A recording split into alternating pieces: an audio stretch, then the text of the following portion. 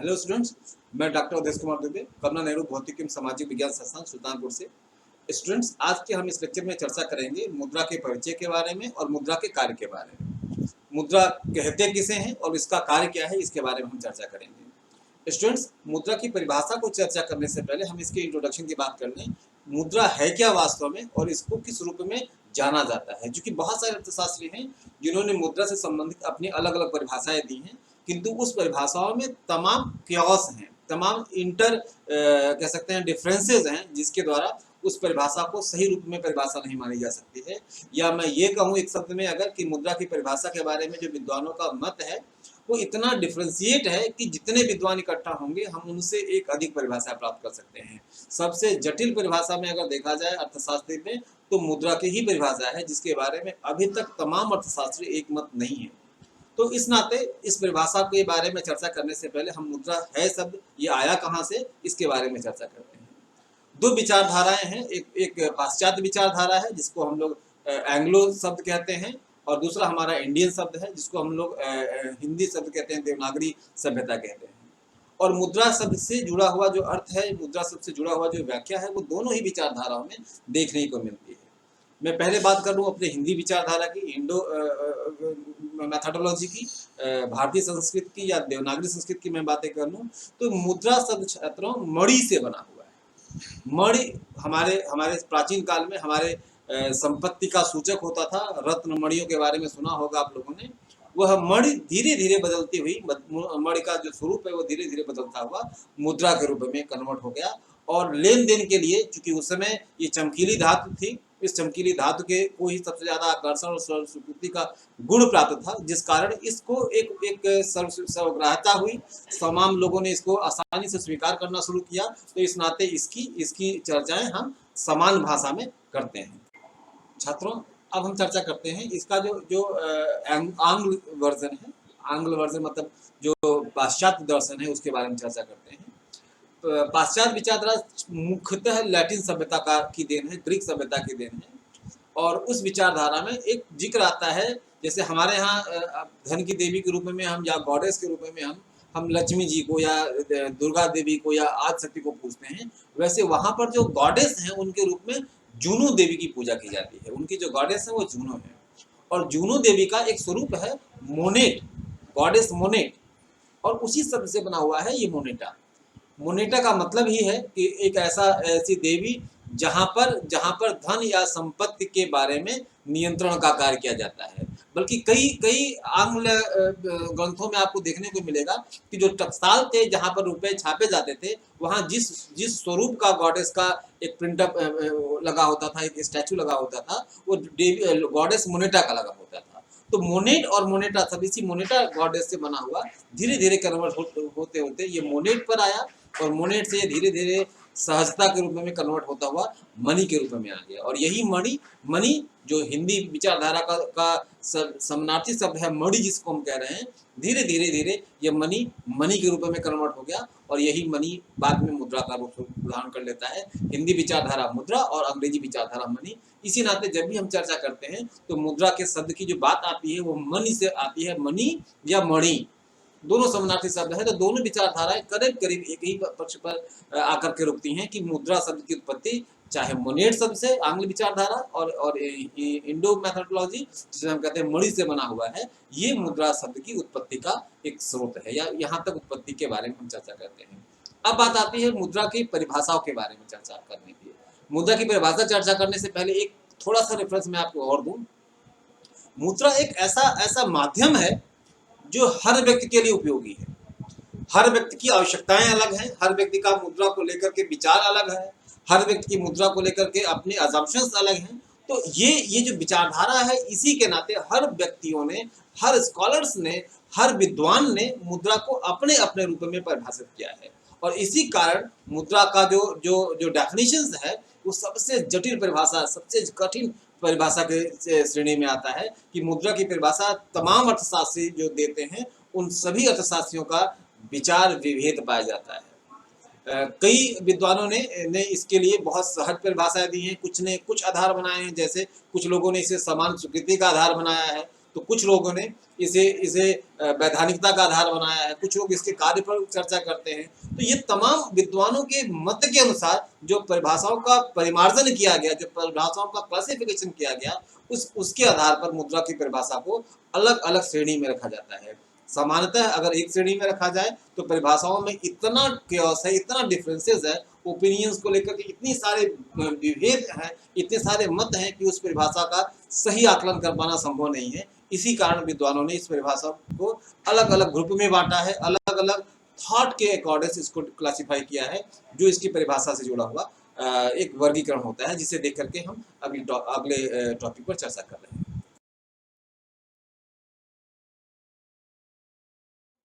मुद्रा की परिभाषा का जहां तक सेंस है, या जहां तक मुद्रा की परिभाषा से जुड़ा हुआ विचार है, अर्थशास्त्रियों के मत के अनुसार इसको 6 समूहों में कलेक्ट किया जा सकता है, 6 समूहों में विभाजित करने की बात कर सकते हैं।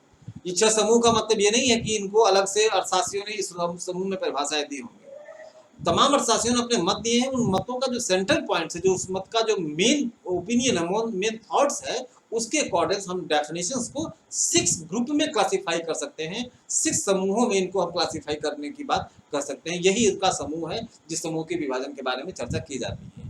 और इस समूह में जो सबसे अहम ग्रुप है, जो सबसे प्रमुख विचारधारा है, जिसको हम कह सकते हैं कि ये परिभाषा, मुद्रा की परिभाषा का जो प्रारब्ध है, जो शुरुआत हुई है मुद्रा के बारे में, उसे हम कहते हैं सामान्य स्वीकृति की परिभाषा। इंग्लिश में आप यूज कर सकते हैं the theory of general acceptance. मतलब जहां पर लोग मुद्रा को एक समान रूप में, एक जनरली एक्सेप्ट करते हैं, या मुद्रा के रूप को, जिस साधन को मुद्रा के रूप में मान लेते हैं कि दिस इज द मनी, और उसी को मुद्रा के परिभाषा के बीच में जोड़ लिया जाता है, उस गुण को मुद्रा की परिभाषा के रूप में जोड़ लिया जाता है।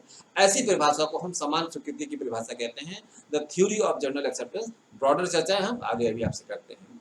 दूसरी परिभाषा छात्रों इसका है वर्णात्मक, या कह सकते हैं कार्यवाह की परिभाषा। मुद्रा, कुछ अर्थशास्त्रियों का मानना है कि मुद्रा की परिभाषा देने के लिए उसके फंक्शन को बेस बनाया जाए। मुद्रा क्या क्या कर सकता है, what are the function performed by the money is the key point of the definition of money।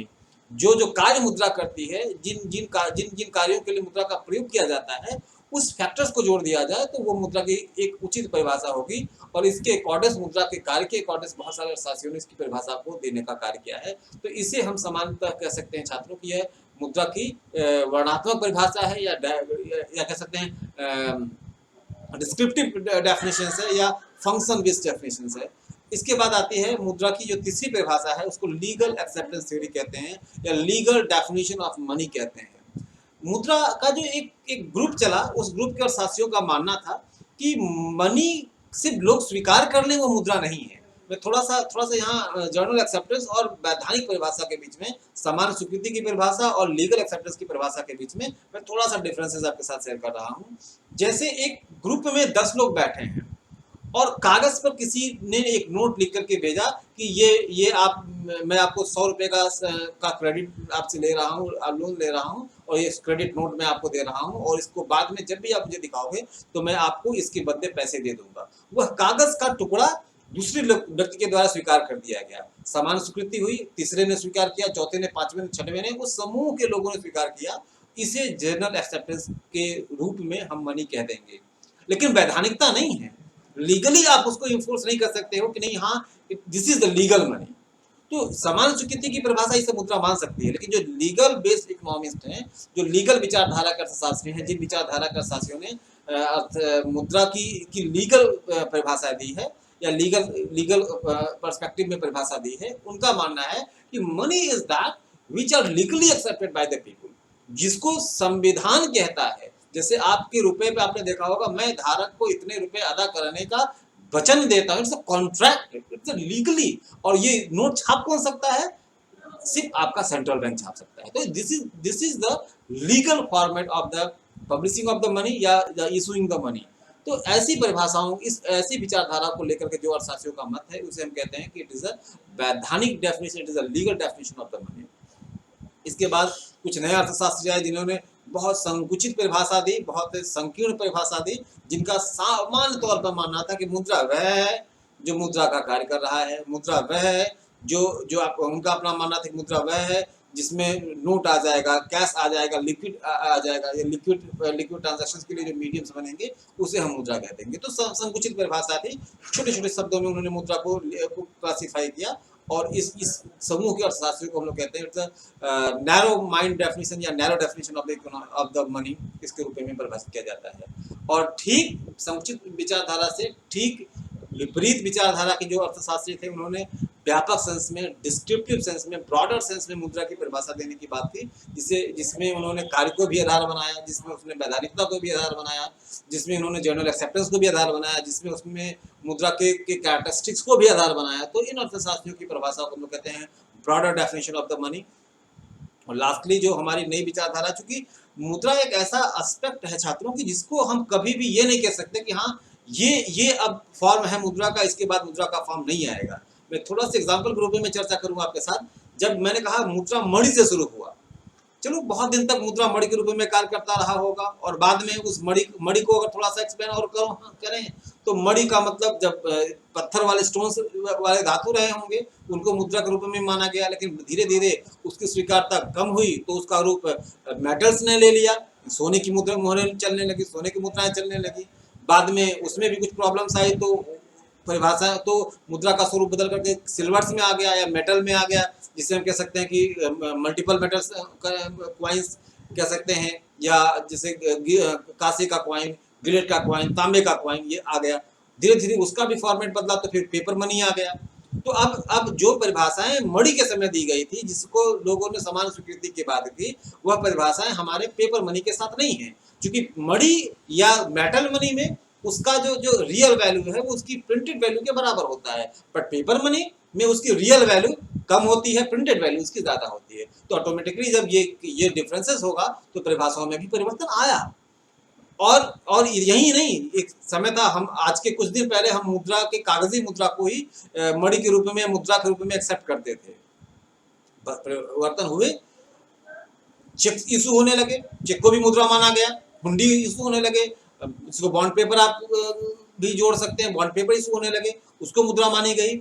लेकिन यहाँ भी मुद्रा का स्वरूप नहीं रुका, आपके एटीएम कार्ड, डेबिट कार्ड्स आने लगे, कुछ दिन तक उसको पेपर करेंसी, पेपर मनी के रूप में एक्सेप्ट किया गया। क्या यहाँ जाकर के मुद्रा का स्वरूप बदल गया, रुक गया? नहीं।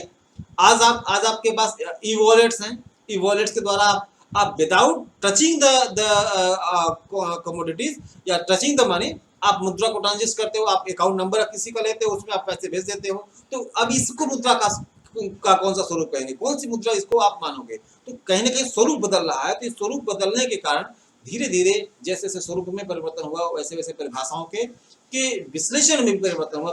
परिभाषाओं का जो की पॉइंट्स था, सेंट्रल पॉइंट्स था, उसमें परिवर्तन हुआ। और इससे जुड़ा हुआ जो अध्ययन है, इसे आज के सेंस में जो परिभाषा दी जाती है उसमें शामिल किया गया है। इसे हम कहते हैं, आप उचित परिभाषा कह सकते हो, आधुनिक विचारधारा की मॉडर्न डेफिनेशन आप कह सकते हो। तो जो आधुनिक अर्थशास्त्री हैं वो इसमें पेपर करेंसी, ई करेंसी, एम करेंसी, तमाम चीज़ों को अपनी परिभाषाओं में शामिल किए हैं। इस नाते इसको मॉडर्न डेफिनेशन कहा जाता है। तो ये अभी तक की कुल परिभाषाओं का जो समूह है वो 6 भागों में विभाजित किया गया है।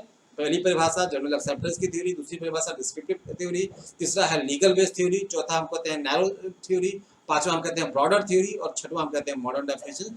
These are the 6 classification, 6 group of definition of the money. और इन डेफिनेशंस को हम यही नहीं मान लें कि ये सिर्फ 6 ही परिभाषाएं हैं, कई किताबों में इसके अलावा भी विश्लेषण है। क्योंकि वो विश्लेषण इस नाते छात्रों अलग अलग हैं, क्योंकि अर्थशास्त्रियों के द्वारा दी गई परिभाषा को जिन लोगों ने जिन रूप में क्लासिफाई किया है, तो जैसे जैसे उसका क्लासिफिकेशन बदलता गया वैसे वैसे डेफिनेशंस के आयाम, डायनेमिक्स भी उसके बदलते गए। तो these are the concern of definition, या डेफिनेशन से जो कंसर्न हमारा टॉपिक है वो क्यों क्लासिफाई किया गया, किस रूप में इसको वर्णन किया गया, इसके बारे में चर्चा है।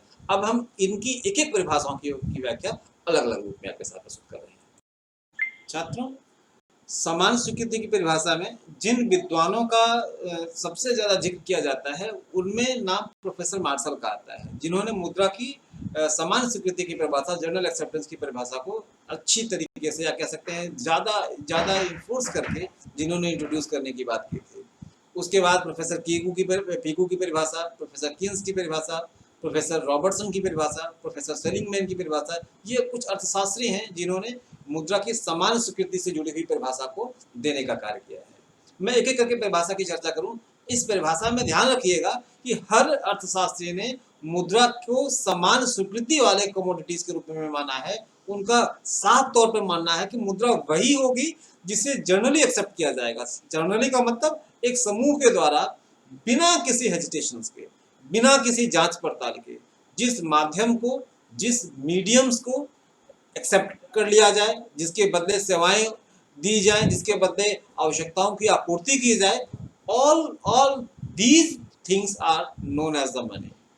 प्रोफेसर मार्शल कहता है परिभाषा के रूप में, आपकी स्क्रीन पर दिख रहा है, मुद्रा के अंतर्गत वे समस्त वस्तुएं सम्मिलित की जाती हैं जो किसी समय अथवा किसी स्थान में बिना संदेह या विशेष जांच पड़ताल के वस्तुओं तथा सेवाओं के खरीदने और खर्च चुकाने के साथ के रूप में समान प्रचलित रहती है। बात वही है कि एक ऐसा मुद्रा, एक ऐसा मीडियम, एक ऐसा माध्यम, एक ऐसा सोर्स जिसे लोग अपनी आवश्यकता की संतुष्टि के लिए, अपनी सेवाओं को क्रय करने के लिए, अपनी आवश्यकताओं को परचेज करने के लिए, अपने नीड्स के फुलफिलमेंट के लिए एक मीडियम्स के रूप में एक्सपेंस करें और लोग उसे स्वीकार कर लें, उसकी बार बार जांच पड़ताल ना हो, इसे मुद्रा कहा जाएगा। तो स्वीकार करने की प्रवृत्ति जनरल एक्सेप्टेंस से जुड़ी हुई है, इसी नाते इस परिभाषा को हम जनरल एक्सेप्टेंस के रूप में स्वीकार करते हैं। इन ग्रुप के अर्थशास्त्री का, इनका प्रोफेसर मार्शल का मानना है कि money is that which are generally accepted by the peoples for the fulfilment of their needs, their requirement, without any inquiry, without any hesitations. If a persons have generally accepted the commodities as the medium of purchase of the commodities, the things is known as the money.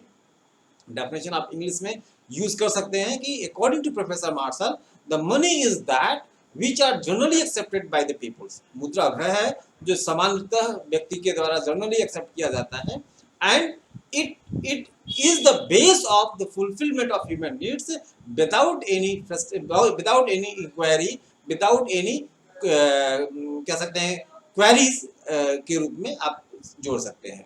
अब मैं बात करता हूं professor Keynes की परिभाषा। Professor Keynes कहता है मुद्रा वह वस्तु है जिसके द्वारा ऋण, संविदा एवं मूल्य संविदा का भुगतान किया जाता है, जिसके रूप में समान इसको प्रयोग किया जाता है, समानता इसको प्रयोग किया जाता है।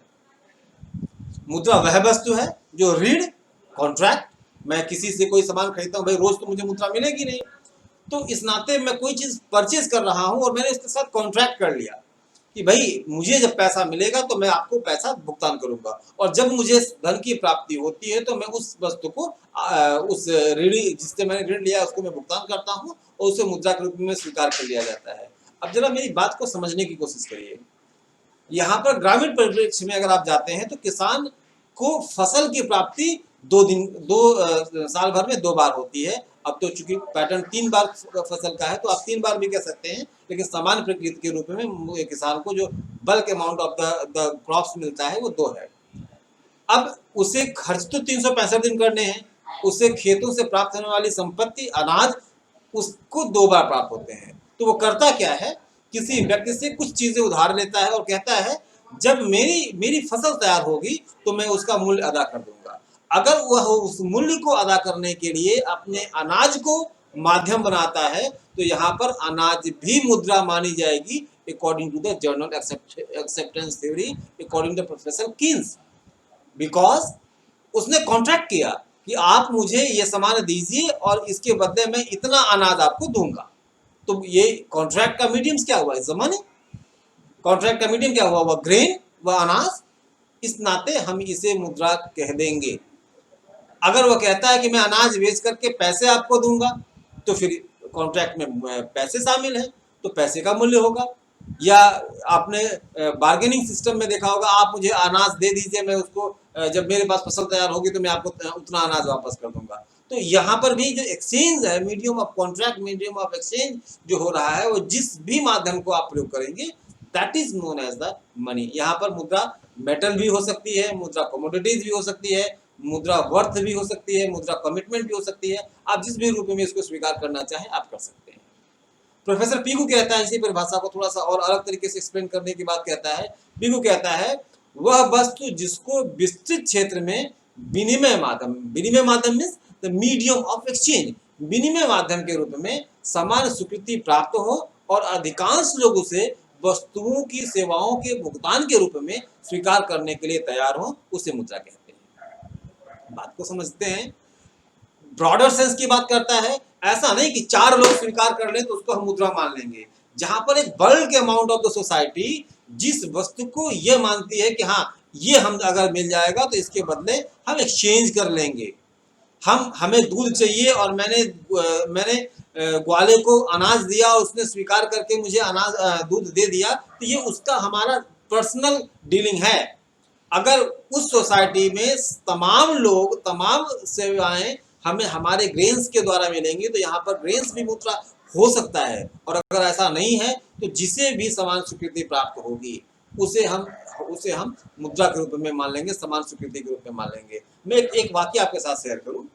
बहुत सारे ऐसे इंडस्ट्रीज हैं जिस इंडस्ट्रीज में ब्लैक ट्रांजैक्शंस को, ब्लैक मनी ट्रांजैक्शंस को रोकने के लिए उन्होंने अपने कैंपस के भीतर एक टोकन मनी या आप कह सकते हैं एक जर्नल उनकी कैंपस की मनी को उन्होंने अडॉप्ट किया हुआ है। आप कैंपस के बाहर जाएंगे तो आपको जो लीगल मनी है उसको स्वीकार किया जाएगा, कैंपस के भीतर आपकी लीगल मनी को स्वीकार नहीं किया जाता है। वो ये आर्गूमेंट देते हैं कि यहाँ पर चूंकि अगर लीगल मनी को एक्सेप्ट करने की बात की जाए तो बहुत सारे कह सकते हैं घोटाले हो जाएंगे, इस नाते उन्होंने अपने यहाँ करेंसीज को छाप के रखा हुआ है। अब उस करेंसीज में ही उनको पैसे मिलते हैं और उस पैसे के अकॉर्डिंग से वो अपनी सेवाओं और सुविधाओं को परचेज करते हैं।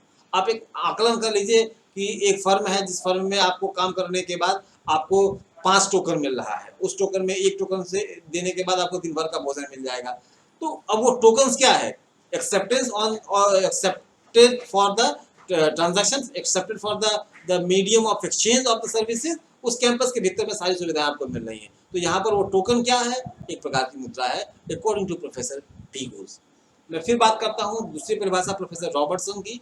प्रोफेसर रॉबर्टसन कहता है मुद्रा वह वस्तु है जिसे विस्तृत क्षेत्र में दायित्वों के भुगतान के लिए स्वीकार किया जाता है। बात फिर वही कहता है, फिर वही शब्द बार बार आ रहे हैं कि जिसे दायित्व के लिए, रिस्पॉन्सिबिलिटी। इफ रिस्पॉन्सिबिलिटी का मतलब टू परचेज द कमोडिटीज। जैसे मैं घर का गार्जियन हूं अगर, तो मेरे ऊपर रिस्पॉन्सिबिलिटी है कि we must be fulfil the requirement of our deponent.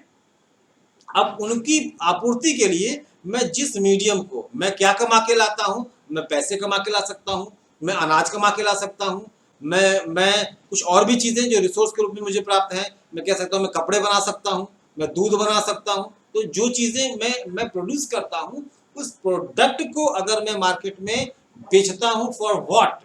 For fulfilment of our responsibilities, तो उसे हम मुद्रा कहेंगे। According to professor Robertson, money is that which are the base of fulfilment of human responsibilities. वो मुद्रा वह माध्यम है जो व्यक्ति के रिस्पॉन्सिबिलिटीज को दायित्वों के भुगतान के लिए स्वीकार किया जाता है, दायित्वों के भुगतान के माध्यम के रूप में स्वीकार किया जाता है, उसे मुद्रा के रूप में स्वीकार कहा जाता है। और इस ग्रुप की जो सबसे छोटी परिभाषा है वो प्रोफेसर सेलिंगमैन की है। वो कहते हैं मुद्रा वह है जिसे समान स्वीकृति प्राप्त हो। Money is that which are generally accepted by the people. कुछ कॉलोनियों में, अगर ग्रामीण क्षेत्र में अगर आज भी आप चले जाइए तो बार्टर सिस्टम चलता है आज भी, जो कि स्वतंत्रता प्राप्ति के बाद सरकार ने इसमें बहुत कुछ परिवर्तन किया है और अब तो बहुत परिवर्तन हो चुका है। ग्रामीण क्षेत्रों में काफ़ी हद तक लिक्विडिटी ने रूप धारण कर लिया है। अब हम मैक्सिमम ट्रांजैक्शंस को लिक्विड मनी के रूप में, liquid money means cash money के रूप में हम करते हैं। लेकिन मैं ये नहीं कह सकता कि 100% ऐसा करते हैं। आज भी आप गाँव में चले जाइए तो सीजन में जब गेहूं और धान पैदा होते हैं, गेहूं और अनाज पैदा होता है, तो उस अनाज को लेकर के जो आप कह सकते हो हॉकर्स आते हैं, जो बैंडर्स आते हैं कमोडिटीज को डोर टू डोर सेल करने के लिए, उनको वो कमोडिटीज दी जाती है, उसके बदले उनसे सामान ले लिया जाता है और इसको आसानी से वे स्वीकार कर लेते हैं। आपको अगर एक किलो नमक चाहिए, चूंकि नमक गांव में तो पैदा नहीं होता है, तो उसके लिए उनका सिस्टम है कि नमक के लिए आपको आधे किलो अनाज देने पड़ेंगे, 1 किलो अनाज देने पड़ेंगे। तो ये क्या है? और उस अनाज को उस पूरे सीजन में लोग आसानी से स्वीकार करते हैं, मीडियम ऑफ एक्सचेंज के रूप में स्वीकार करते हैं। आपको किसी के यहाँ को सामान लेना है, आप दुकान पर पहुँचते हो और आप 5 किलो अनाज देते हो, उसके बदले आप सामान ले लेते हो, तो generally accepted by the peoples, it is the money. भ्रम यहाँ से हटा लीजिएगा कि नहीं मुद्रा केवल केवल करेंसी हो सकती है, केवल लिक्विड हो सकती है, केवल केवल जो पेपर आपके हाथ में करेंसीज के रूप में वो हो सकती है, या मुहरे हो सकती हैं, या सिक्के हो सकते हैं। नहीं, मुद्रा इस ग्रुप ऑफ द इकोनॉमिक्स के अकॉर्डिंग मुद्रा हर वो चीज हो सकती है जिसे समान रूप में समान समूह के द्वारा स्वीकार किया जाए for the exchangement, for the fulfillment of their needs, for the purchasing of their commodities, for purchasing their needs, what the resources, whatever the needs are fulfilled by the mediums, that mediums is known as the money.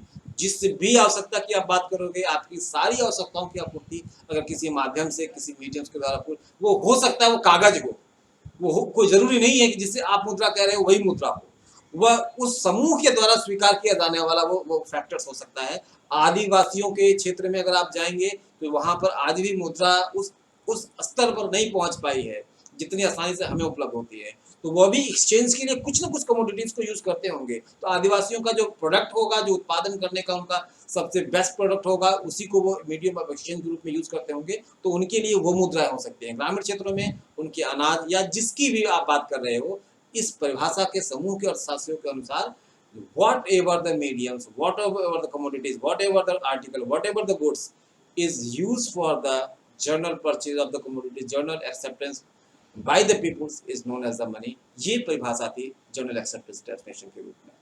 Students, अब हम बात करते हैं function based definition कह सकते हैं, या आप कह सकते हैं वर्णात्मक परिभाषा, डिस्क्रिप्टिव बेस्ड डेफिनेशन की बात कर सकते हैं। इस समूह के अर्थशास्त्रियों का मूलतः यह मानना था कि मुद्रा को हम उनके कार्य के अकॉर्डिंग ही डिफाइन कर सकते हैं। मुद्रा के बहुत सारे वर्ग हैं, हर व्यक्ति की आवश्यकताएं अलग अलग हैं, और उस आवश्यकताओं के अकॉर्डिंग ही व्यक्ति मुद्रा को डिफाइन करता है, मुद्रा की मांग करता है, और जो उनके फंक्शंस हैं, उनका फंक्शंस का जो बेस्ड होगा वही परिभाषाओं को एक्सप्लेन करेगा। इसमें जो बहुत अहम नाम आता है, प्रोफेसर वॉकर का नाम आता है, प्रोफेसर हार्ट्रे ब्रदर्स का नाम आता है, प्रोफेसर कालबोर्न का नाम आता है, प्रोफेसर नोगारो का नाम आता है। These scholars have to define this class of the definition, या हम ये कह सकते हैं कि जो ये अर्थशास्त्री हैं, इन अर्थशास्त्रियों ने अपनी परिभाषा में कमोबेश जिस बात की जिक्र की है, वो मुद्रा को उसके कार्य के आधार पर वर्णन करने की बात करती है। मैं स्क्रीन पर आपको 3 परिभाषा दिख रही है, उसमें से मैं सबसे पहली परिभाषा नोगारो की बात करता हूँ।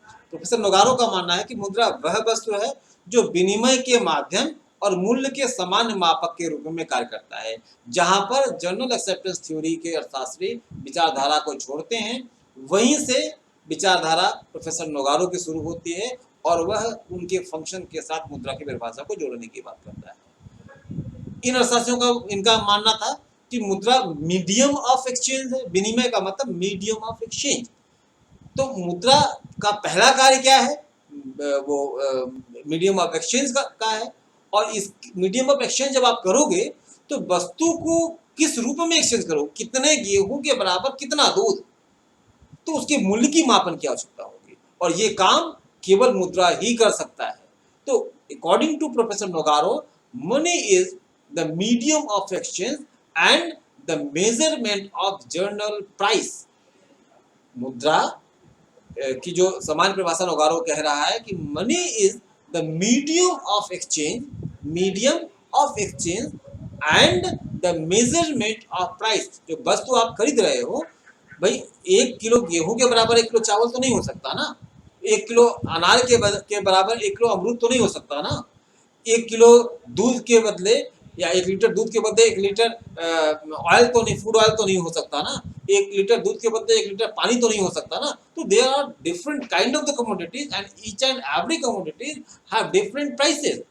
How can you measure the price of the commodities according to the your medium? मैं कौन सा सामान दे रहा हूं, उसके बदले मुझे अगला सामान कितना मिलेगा, ये मापन कैसे किया जाएगा? तो इसके लिए एक जनरल कमोडिटीज होगी या जनरल थ्योरीज होगी, जिसके अकॉर्डिंग आप तमाम जिन वस्तुओं को एक्सचेंज करते हो, एक्सचेंज में एक वस्तु आप देते हो, दूसरी वस्तु आप लेते हो, तो जिस वस्तु को आप एक्सचेंज के रूप में दे रहे हो और जिस वस्तु को आप ले रहे हो, उन दोनों वस्तुओं के लिए एक प्राइसेस होगी, उस प्राइसेस का मेजरमेंट होगा, और ये मेजरमेंट का माध्यम जो होगा उसे हम मनी कहेंगे, according to professor Nogaro.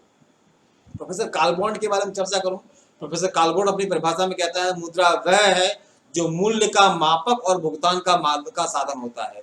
Money is that which are the medium of pricing and the medium of payment. Money is that, for आप नोट्स के लिए आप बना सकते हो, money is that which are the medium of pricing, जो आप मूल्य का मापन करते हैं, medium of pricing and the medium of payment, जो आप भुगतान करते हो और जो आप प्राइसिंग करते हो, जो आप मूल्य को मापते हो। इसके लिए जिस माध्यम को आप प्रयोग करते हैं that is known as a money. मूल्य मूल्य कैसे लेकर के आओगे, मैंने जो नोगारो बात कहता है उसी को कालबॉन्ड भी कहता है, बस सेंस थोड़ा सा अलग है। वो कहता है कि when you goes to purchase the commodities, you first set the price, you first ask the price of the commodities what you want to purchase, and then you select the a medium of payment। मुझे 1 kilo अनार चाहिए, मेरे पास गेहूं है, तो मैं पूछूंगा ना कि what is the price of the pineapple या पोमेग्रेनेट या मिल्क, जो भी मुझे खरीदना है। अब वो कहता है 20 रुपए, 30 रुपए, 50 रुपए, कुछ भी प्राइस वो बताता है। नाउ अब हम उससे क्या कहेंगे, भाई we have not the money, we have grain.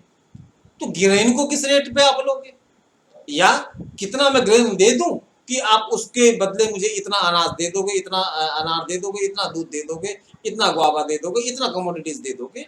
तो उसके लिए एक जनरल प्राइसिंग का तय होगा, भाई 5 किलो गेहूं के बराबर 1 किलो ये प्राइसिंग का इशू हुआ ना, ये किसने तय किया, is the measure by the money, या इसको हम कह सकते हैं कि ये मुद्रा ही है जो दोनों, जो एक्सचेंज का वस्तु है और उसमें जो हमारा परचेज कमोडिटीज, जो पेड अप कमोडिटीज है और जो परचेज कमोडिटीज है, दोनों के मूल्य के प्राइसेस की का जो डिटर्मिनेशन करता है दैट इज द मनी, वो मुद्रा है।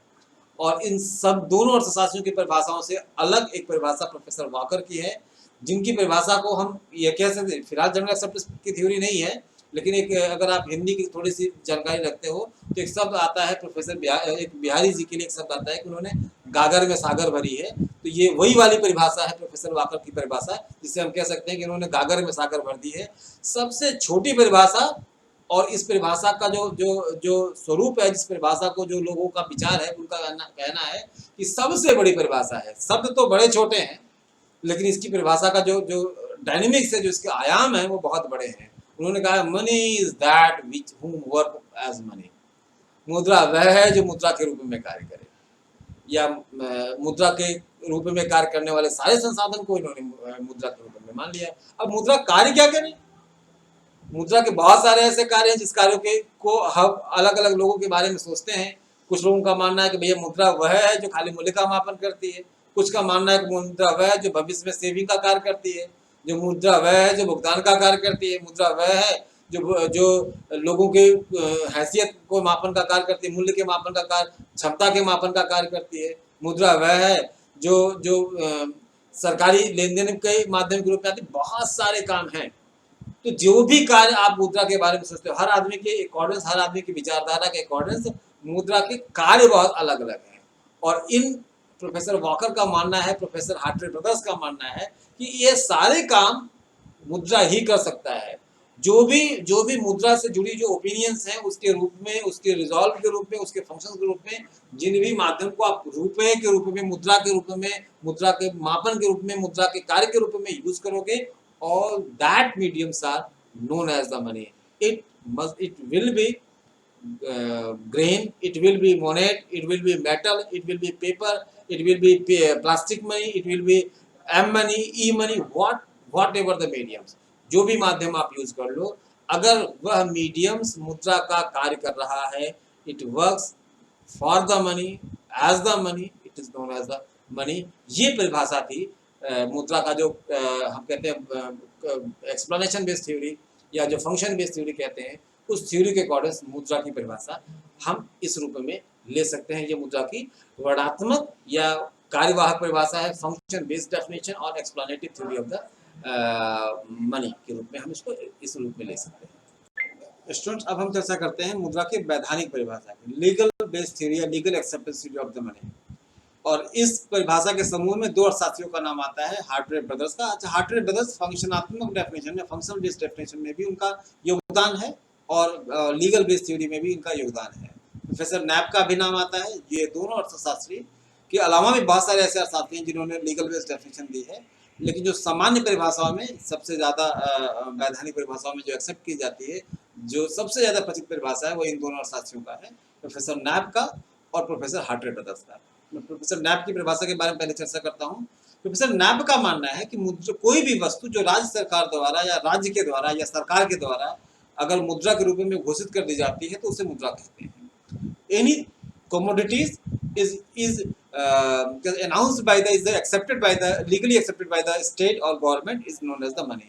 कोई भी चीज हो सकती है, वो कोई भी धातु हो, कोई भी मेटल हो, कोई भी कागज हो, कोई भी टुकड़ा हो, जिसे भी अगर उसको राज्य के द्वारा स्वीकार कर दिया गया है, is accepted by, is legally approved by the government, state government, central government, whatever you say, is known as the money. ये प्रोफेसर नैप की परिभाषा है। अब जरा बात कर लो, एक जिक्र आता है, आप अगर जानते हो, जब किंग इम्पेरियलिज्म में आया, जब आप कह सकते हैं लोकतंत्रात्मक शासन प्रणाली से पहले, जब राजतंत्रात्मक शासन प्रणाली आई, राजतंत्रात्मक प्रणाली से पहले मीडियम ऑफ एक्सचेंज समान स्वीकृति के आधार पर होता था। लेकिन जब राजाओं का चलन हुआ, जब राजाओं के साम्राज्य की स्थापना होने लगी, साम्राज्यवाद की स्थापना हुई, तो साम्राज्यवाद में जो एम्पायर होता था, राजा होता था, वो अपनी सीमाओं में मीडियम ऑफ एक्सचेंज के लिए एक लीगल मीडियम्स को, एक लीगल माध्यम को पब्लिश करता था। जहां से सब शुरू होता है हमारा मणि। इसके पहले वो रत्न हुआ करता था, जहां से हमारा गोल्डन मनी शुरू हुआ। मेटेलिक मनी के बारे में चर्चा आ रही है, जहां से आप मेटेलिक मनी के बारे में चर्चा करते हैं, जहां से आप सिंगल मेटल मनी के बारे में चर्चा करते हैं। तो उस समय चूंकि सोने और चांदी के सिक्के डाले जाते थे, पहले तो सोने के सिक्के और बाद में चलन बदला तो उसको चांदी के सिक्के में के रूप में कन्वर्ट किया गया। तो यहाँ से शुरू होता है हमारा ये वैधानिक परिभाषा है। जो उस समय की सरकार होगी, वो राजा हो सकता है, वो राज्य हो सकता है, वो केंद्र हो सकता है। उन राज्य के द्वारा जो करेंसी इशू की जाएगी, जिस भी चीज को, चाहे आप मेटल कह लो, चाहे वह सिंगल मेटल हो, चाहे वो मल्टीपल मेटल हो, चाहे वो पेपर हो, व्हाटएवर, चाहे वो पेपर करेंसी हो, चाहे वो प्लास्टिक करेंसी हो, चाहे वो ई करेंसी हो, जिसे भी सरकार मुद्रा के रूप में एक्सेप्ट कर लेगी, जिसे वो कह देगी it is the legal money, उसी को आप मुद्रा के रूप में एक्सेप्ट करते हो। इसे कॉन्ट्रैक्ट मनी भी आप कह सकते हैं। लीगल मनी जो आप इशू होती है, उसे उसमें लीगल बाउंड दिया जाता है, लीगल आप कहते हैं लीगल कॉन्ट्रैक्ट दिया जाता है। तो कुछ किताबों में यहाँ पर आपको वैधानिक परिभाषा या लीगल कॉन्ट्रैक्ट मनी के रूप में भी इसको एक्सेप्ट किया गया है। Legal contract theory of the money के बारे में भी कहा जाता है। तो लीगली एक्सेप्ट करने का मतलब ही यही हुआ कि उसको आपने कॉन्ट्रैक्ट में बांध दिया। तो ये प्रोफेसर नैप की विचारधारा थी, और इसी विचारधारा को प्रोफेसर हार्ट्रे ब्रदर्स ने अपने रूप में परिभाषित किया है कि मुद्रा वही वस्तु है जिसे सरकार द्वारा मुद्रा घोषित करती है या सरकार मुद्रा घोषित करती है, और प्रत्येक व्यक्ति उसे स्वीकार करने के लिए बाध्य होता है। अगर सरकार ने उसे मुद्रा के रूप में घोषित कर दिया तो उसे आपको, उस देश के नागरिकों को बाध्य होकर के स्वीकार करना ही पड़ेगा। जब डिमोनेटाइजेशन हुआ था और हमारी ये नई करेंसी, जो हमारी नई करेंसी इस समय चल रही है, 2000 की नोट और 500 की नोट, ये नोट जब आई चलन में, तो बहुत विचारधारा सुनने के लिए आई कि ये चूरन वाली नोट जैसी दिखती है। बट हुआ क्या, वो चूरन की नोट दिखती होगी, लेकिन आज तो मीडियम ऑफ एक्सचेंज के रूप में इसको स्वीकार किया गया ना। हमारे देश के अंदर जो रुपया चल रहा है वह हमारे देश की करेंसी है, और उसको सरकार ने ऑफिशियली अनाउंस किया है, ऑफिशियली उस पर स्टैंपिंग की है, उस पर लीगल एक्सेप्टेंस दी है कि यह मुद्रा के रूप में स्वीकार्य होगा। अब उसे किसी भी देश के व्यक्ति के द्वारा, उस देश के नागरिक के द्वारा, उस सीमा के भीतर रहने वाले व्यक्ति के द्वारा उसे स्वीकार करना ही पड़ेगा। यही मुद्रा की परिभाषा है, यही मुद्रा की वैधानिक विचारधारा के अनुरूप परिभाषा है। जिसे भी राज्य सरकार, जिसे भी उस देश की सरकारें, उस देश की लीगल बॉडीज करेंसीज के रूप में स्वीकार कर लेंगी, उसे हम मुद्रा कहेंगे। भारत की करेंसी क्या है, रुपया कहते हैं, वो जो चलन में है। भाई लीगली तो आपका चेक भी स्वीकार किया जाता है ना, लेकिन चेक को स्वीकार करने के लिए आप किसी को बाध्य नहीं कर सकते। दुकानदार के पास सामान खरीदने जाते हैं और आप कह दो कि भैया मैं भुगतान कैश नहीं करूंगा, मैं चेक से दूंगा, और कहता है मैं आपके चेक को स्वीकार नहीं करता, तो आप उसके ऊपर लीगल कोई कार्रवाई नहीं कर सकते हो। तो इसका मतलब क्या हुआ, it is not the legal money. लेकिन हाँ, अगर 2000 के नोट देते हो वो नोट लीगल है, वह नोट वैधानिक नोट है, तो वो आपसे ये नहीं कह सकता है कि भैया मैं ये 2000 के नोट स्वीकार नहीं करूंगा। और क्यों नहीं करेगा, तो उसके पीछे उसको आर्गुमेंट देना पड़ेगा। अगर सारे जो मुद्रा के फीचर्स हैं, जो सारे मुद्रा के गुण हैं, वह उस मुद्रा में है, उसको सरकार ने ही इशू किया है, तो वह उस मुद्रा को स्वीकार करने से किसी कंडीशन में मना नहीं कर सकता है। ये मुद्रा हुई, इसी को कहते हैं लीगल मनी। तो कमोवेश आप समझ सकते हैं कि जो विचारधारा वैधानिक परिभाषा लीगल एक्सेप्टेंस थ्योरी के तहत आ रही है, legal according to legal acceptance theory, money is that which are legally approved by the government, and it will accepted by, it will barred to accept by the people। मैं barred to accept कह रहा हूँ, general acceptance नहीं कह रहा हूँ। सरकार के द्वारा जो मुद्रा स्वीकार की गई है वो तो जनता के द्वारा स्वीकार करना पड़े, जनता बाध्य है उसके लिए। हाँ, कुछ देश के ऐसे घटनाएं सुनने को आई जो सरकार ने मुद्रा रूप में घोषित किया, बाद में जनता के विरोध के बाद सरकार को उस करेंसी को वापस लेना पड़ा। लेकिन जब तक सरकार ने उसको लीगली वापस नहीं लिया है तब तक वो मुद्रा का रूप है, तब तक वो मुद्रा के रूप में एक्सेप्ट किया जाएगा, तब तक वो मुद्रा माना जाएगा। भारतवर्ष में आज से जब डिमोनेटाइजेशन हुआ उसके पहले 1000 रुपये की नोट चलन में थी, लेकिन सरकार ने उसका लीगल टेंडर वापस लिया। शब्द को जरा ध्यान रखिएगा, सरकार ने लीगल टेंडर वापस ले लिया, सरकार ने उसकी वैधानिक स्वीकृति वापस ले ली। अब अगर आपके पास 1000 रुपये का नोट है तो वह कागज का टुकड़ा है। जो नोट अभी चल रहे हैं, अगर सरकार एक ऑफिशियली इंट्रोड्यूस करती है कि ये रुपए, जैसे मोदी जी ने उस समय किया था कि आज रात 12 बजे के बाद यह मुद्रा चलन से बाहर है, लीगली एक्सेप्ट नहीं किया जाएगा। अब आप वो रुपये आज के लिए आपके पास होगा लीगल मनी, लेकिन जैसे इसका लीगल टेंडर खत्म होता है तो मुद्रा के रूप में स्वीकार नहीं की जाएगी। इसे हम मुद्रा कहते हैं। ये वैधानिक परिभाषा के अकॉर्डेंस, वैधानिक विचारधारा के अकॉर्डेंस, वैधानिक विचारधारा के विद्वानों के अनुसार मुद्रा वही होगी जिससे उस देश के सरकार के द्वारा लीगल पोषण प्राप्त होगा, लीगल एक्सेप्टेंस प्राप्त होगा, लीगल स्वीकृति प्राप्त होगी। ये परिभाषा लीगल बेस्ड डेफिनेशन की है। स्टूडेंट्स, जो अगली परिभाषा है इससे हम कहते हैं संकीर्ण परिभाषा या संकुचित परिभाषा, इसको नैरो बेस्ड डेफिनेशन कहते हैं।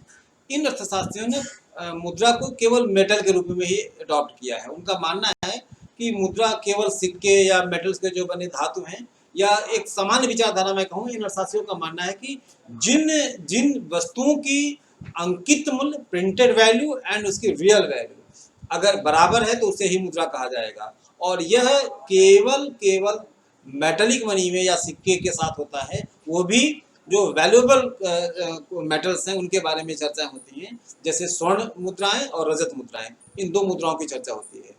स्वर्ण मुद्राओं में जो उसका अंकित मूल्य है उसकी वास्तविक मूल्य के बराबर होता है, ठीक उसी प्रकार जो हमारी सिल्वर कॉइन्स है इसमें भी जो उसका अंकित मूल्य है और उसके वास्तविक मूल्य के बराबर होता है।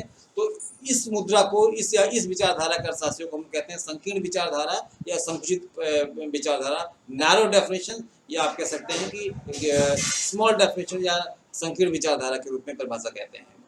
परिभाषा प्रोफेसर प्राइम अर्थशास्त्री हैं जिनका इस परिप्रेक्ष्य में आता है। ये बहुत छोटा सा एक समूह है, बहुत कुछ दिन के लिए या कुछ आप कह सकते हैं समय के लिए ही इस परिभाषा को चलन में रखा गया था। जब तक सिंगल मेटेलिक मनी या मेटेलिक मनी चलन में था तभी तक इस परिभाषा का स्वीकार किया गया। प्रोफेसर प्राइम का मानना है कि सिक्के केवल धात्विक सिक्के ही मुद्रा हैं, क्वाइंस और specially the metallic coins are the money. जो मुद्रा क्वाइंस होगी और जो मेटेलिक क्वाइंस होगी उसी को मुद्रा के रूप में माना जाएगा। इन अर्थशास्त्रियों ने या इनका अपना मानना था कि पेपर्स को हम मनी नहीं मान सकते, क्योंकि पेपर्स को अगर इंडिया की का पेपर है या इंडिया की पेपर करेंसी है तो वह दूसरे देश में नहीं चलेगी, तो इसको ब्रॉडर एक्सेप्टेंस नहीं माना जाएगा। लेकिन अगर हम मेटेलिक मनी के बारे में करते हैं, सिंगल मेटेलिक मनी के बारे में बातें करते हैं, तो इंडिया का जो स्वर्ण सिक्का है, चाहे वो इंडिया में आप यूज करो चाहे इंडिया के बाहर किसी भी देश में यूज करो, उसमें अंकित मूल्य के में वह देश में कार्य करेगा, और जो उसकी रियल वैल्यू अगर देश के बाहर भी चले जाओगे तो ठीक है, वो जो प्रिंटेड वैल्यू है वो उसके मुद्रा के माप के रूप में काम नहीं करेगी। लेकिन देश के बाहर वो उसकी रियल वैल्यू चूंकि उसके बराबर है तो उसको जनरली एक्सेप्ट कर लिया जाएगा। उसको स्वीकार करने में किसी को किसी भी प्रकार का, किसी भी मीडियम्स को किसी भी प्रकार की समस्याओं का सामना नहीं करना पड़ता। तो इस विचारधारा के अकॉर्डेंस, इस समूह के accordance, the money is that which are where there the printed value and real value is equal, और ऐसा केवल कॉइन्स में पाया जाता है, ऐसा केवल सिक्कों में पाया जाता है, ऐसा केवल मेटालिक मनी में पाया जाता है। तो इस परिभाषा के रूप में हम ये डेफिनेशन देते हैं कि कॉइन्स और the metallic coins are the money where there the printed value and the real value is equal. और इसमें प्रोफेसर प्राइम की परिभाषा सबसे अहम परिभाषा है। स्टूडेंट, जो मुद्रा की अगली परिभाषा है उसको हम कहते हैं डिस्क्रिप्टिव परिभाषा या डिस्क्रिप्शन बेस्ड परिभाषा। और इसमें व्यापक परिभाषा का जिक्र होता है, मुद्रा के व्यापक क्षेत्र का जिक्र होता है। इसके पहले हमने चर्चा की थी फंक्शनल बेस्ड डेफिनेशंस, कमोबेश ये उसी विचारधारा को से बिलोंग करता है। इस विचारधारा का जो जिक्र है वो प्रोफेसर वॉकर की परिभाषा में जोड़ा जाता है। चूंकि परिभाषा का एरिया बहुत बड़ा है, इसलिए इस नाते इसको व्यापक संदर्भित परिभाषा के रूप में एडॉप्ट किया जा रहा है। वॉकर ने कहा है मुद्रा वह है जो मुद्रा का कार्य करे। इसकी चर्चा पहले भी आपके साथ हुई थी। Money is what money does. अब मुद्रा कर क्या सकती है? मुद्रा से जुड़े हुए कार्य तो बहुत सारे हैं। वो विनिमय का माध्यम है, वह मूल्य का मापन है, वह भविष्य के बचत के लिए जरूरी है के मापन के रूप में है, वह भविष्य के भुगतान के मापन के रूप में है, वह वैधानिक भुगतान के मापन के रूप में है। तो जितने भी फंक्शंस हैं, मुद्रा के बहुत सारे फंक्शंस हैं। और इन अर्थशास्त्रियों का मानना है कि मुद्रा की जो व्यापक परिभाषा है वो यह है कि मुद्रा मूलतः जो भी कार्य करती है, वो अगर मुद्रा से जुड़ा हुआ कार्य है या मुद्रा का कार्य है, उस कार्य को करने के लिए जो भी माध्यम से यूज किए जाएंगे उसे हम मुद्रा के रूप में स्वीकार करेंगे। तो बात वही है कि कार्य तो मुद्रा का असीमित है, तो असीमित परिभाषा हो नहीं सकती, असीमित फंक्शन को जोड़ा नहीं जा सकता है। तो बहुत डिस्क्रिप्टिव परिभाषा है, बहुत विस्तृत परिभाषा के रूप में इसको स्वीकार किया जाता है कि मुद्रा के जितने भी कार्य बढ़ते चले जाएंगे वैसे वैसे परिभाषा का क्षेत्र भी, परिभाषा का एरिया भी बढ़ता चला जाएगा। और इसी विचारधारा से बिलोंग करते हैं प्रोफेसर वॉकर की परिभाषा, जिन्होंने कहा है मुद्रा वह है जो मुद्रा का कार्य करे, या money is what money does. मुद्रा वह है जो मुद्रा के रूप में स्वीकार किया जाए। छात्रों, मुद्रा के उचित परिभाषा या जो जेन्युइन डेफिनेशन की हम बात कर रहे हैं, या जिसे हम आधुनिक परिभाषा के बारे में चर्चा कर रहे हैं, इस परिभाषा में प्रोफेसर मार्शल की जो विचारधारा पहले थी उसी विचारधारा से जुड़ा हुआ एक और डेफिनेशन है, उसको स्वीकार करते हैं। प्रोफेसर एली हैं, प्रोफेसर रॉबर्टसन हैं जो मॉडर्न इकोनॉमिस्ट हैं, प्रोफेसर कोल हैं, इनकी परिभाषाओं को मुद्रा के जो मॉडर्न डेफिनेशन है इसके रूप में स्वीकार किया जाता है। प्रोफेसर मार्शल कहता है कि मुद्रा में सभी वस्तुओं को समावेश होता है मुद्रा में जो किसी भी समय या स्थान में बिना किसी संदेह के या बिना किसी जांच पड़ताल के वस्तुओं एवं सेवाओं के खरीदने के लिए भुगतान और भुगतान करने के साधन के रूप में स्वीकार किए जाते हैं। तो कमोबेश कार्य वही मुद्रा का है, परिभाषा मुद्रा की वही है कि जिसमें हम करते क्या है, हम अपने आवश्यकताओं की आपूर्ति के लिए मीडियम ऑफ एक्सचेंज या मीडियम ऑफ पेमेंट के रूप में स्वीकार करते हैं। तो सामान्यतः आज के सेंस में भी अगर देखा जाए तो मुद्रा वही है जिसे हम वास्तव में मुद्रा के रूप में स्वीकार करते हैं, अपने आवश्यकताओं के प्राप्ति के लिए, आवश्यकताओं के भुगतान के माध्यम के रूप में स्वीकार करते हैं, उसे ही मुद्रा कहा जाता है। ये प्रोफेसर मार्शल की परिभाषा है। प्रोफेसर एली ने भी इसी विचारधारा से जुड़ा हुआ अपना मत दिया है। उनका मानना है कि मुद्रा ऐसी वस्तु है जो विनिमय के माध्यम के रूप में हस्तांतरित होती है और ऋणों के अंतिम भुगतान के रूप में समान रूप से ग्रहण की जाती है। अब शब्द है कि विनिमय के माध्यम, medium of exchange, medium of transfer. जब आप सामान खरीदते हो तो वहां पर आप अपनी कमोडिटीज को ट्रांसफर करते हो और अपने रिक्वायरमेंट कमोडिटीज को आप लेते हो। तो मैं किसी से सामान खरीदूंगा तो उससे सामान खरीदने का मतलब है कि मैंने अपने कमोडिटीज को ट्रांसमिट किया, उसके बदले मैंने दूसरा वस्तु को एक्सचेंज कर दिया। तो ये जो मीडियम ऑफ एक्सचेंज है, इसमें एक पक्ष तो वस्तु का होता है, दूसरा पक्ष मुद्रा का होता है। अगर मैं कोई सामान खरीद रहा हूँ तो वो मेरे लिए वस्तु होगी, और जिस चीज को मैं भुगतान कर रहा हूँ, जिसके द्वारा खरीद रहा हूँ, वो मेरे लिए मुद्रा होगी। वो दूसरे पक्ष की बात कर लूँ, वो जिस वस्तु को ले रहा है वो उसके लिए वह वस्तु हो सकता है, और जिसको वो भुगतान कर रहा है, जिस वस्तु को वो दे रहा है और हमारी वस्तु को ले रहा है, वो उसके लिए मुद्रा होगी। तो येली का यही मानना है कि मॉडर्न सेंस में कमोबेश हर परचेजमेंट के लिए, हर कमोडिटीज के परचेज करने के लिए यही माध्यम यूज किया जाता है, यही मीडियम यूज किया जाता है।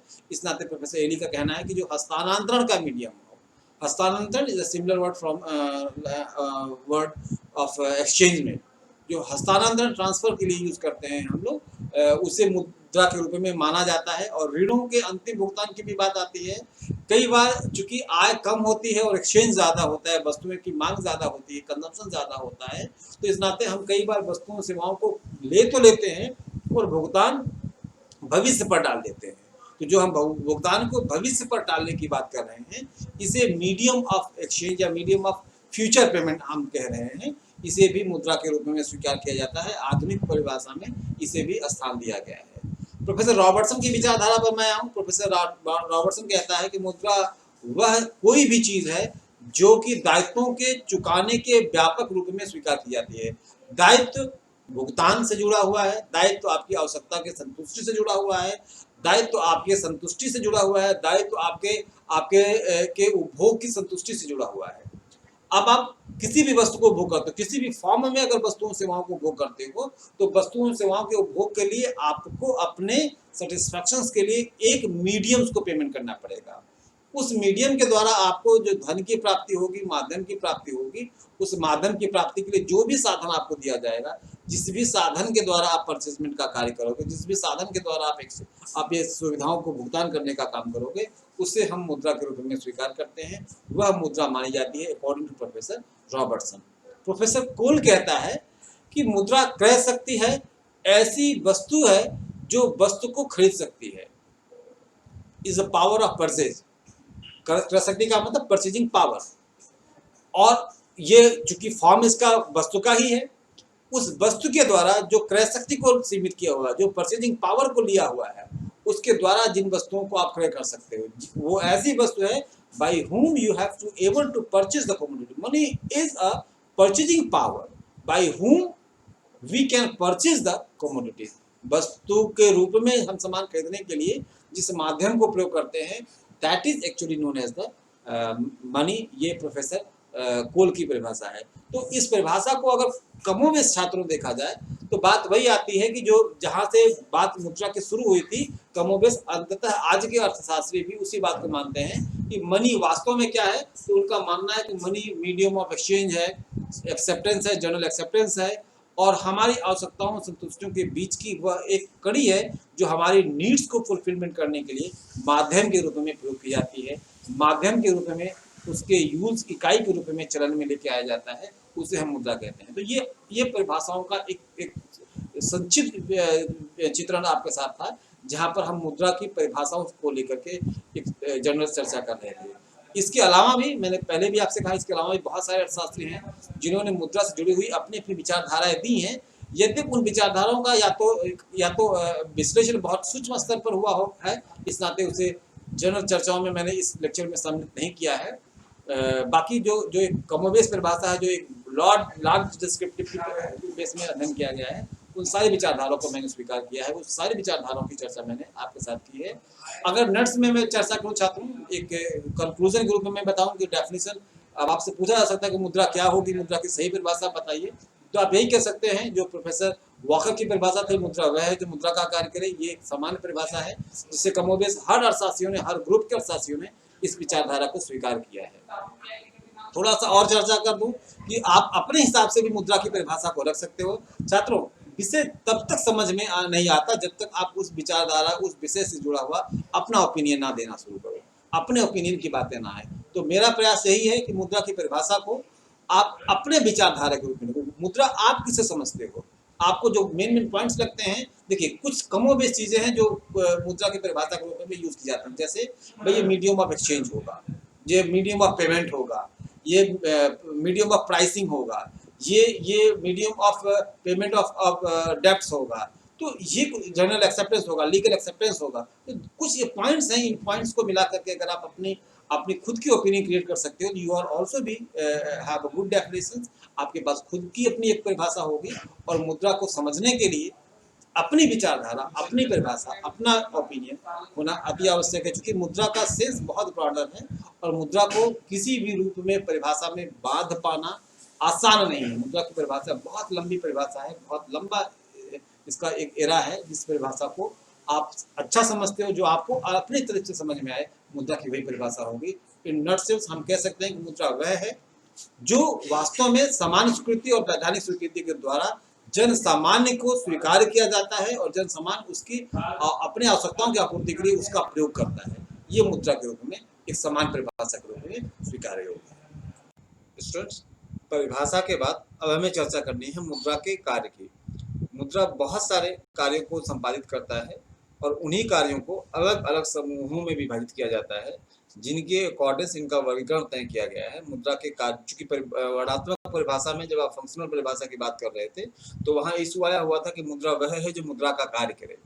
तो जो जिन कार्यों को मुद्रा संपादित करता है, हम उन्हीं कार्यों के बारे में अब विश्लेषण करेंगे। यद्यपि कार्यों का विभाजन इसलिए करना आवश्यक है क्योंकि मुद्रा की कुछ तो कंपल्सरी वर्क हैं, कुछ तो आवश्यक वर्क हैं जिसे वो करता ही करता है। इसके अलावा समय परिवर्तन के साथ साथ मुद्रा के कार्यों का स्वरूप भी बदलता चला गया।